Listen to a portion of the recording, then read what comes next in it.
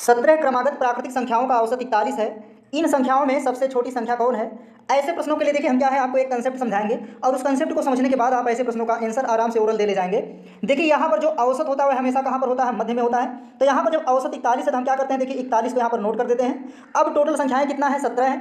17 का देखिए मतलब क्या है कि यहाँ पर एक संख्या नोट कर दी गई है तो अब कितना बचेंगी? 16। तो 16 का मतलब इसके पहले 8 संख्या होगी और इसके बाद भी कितनी संख्या होगी? 8 संख्या।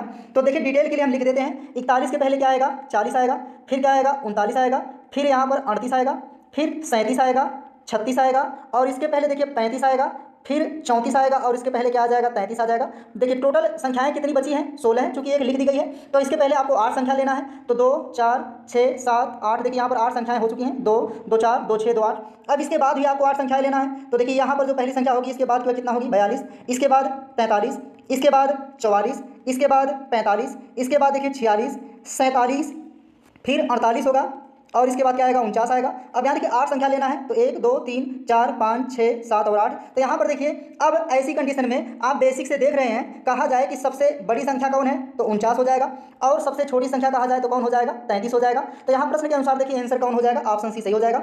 लेकिन अब देखिए ऐसे प्रश्नों के लिए कंसेप्ट क्या समझना है? टोटल संख्याएं कितना है? 17 है। 17 में से आप एक लिख दिए हैं तो बची कितनी संख्याएं? 16 है। और जो औसत है हमेशा मध्य में होता है, इसका मतलब इसके जो पहले संख्याएं होंगी वह 16 की आधी यानी कितनी हो जाएंगी? 8 हो जाएंगी और इसके बाद संख्याएं कितनी हो जाएंगी? 8 हो जाएंगी। अब देखिए जब आप पहले आएंगे तो संख्याएं छोटी होंगी इसलिए मान हमेशा घटेगा, तो आप यहाँ -8 कर लेंगे और यहाँ पर जो है बाद में जाएंगे तो मान बढ़ेगा इसलिए यहाँ क्या कर लेंगे? +8 कर लेंगे।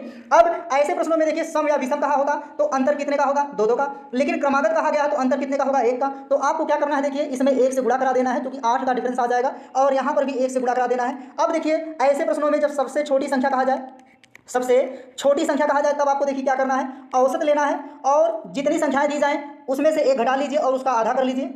और छोटी कहा जाएगा तो आपको क्या करना है?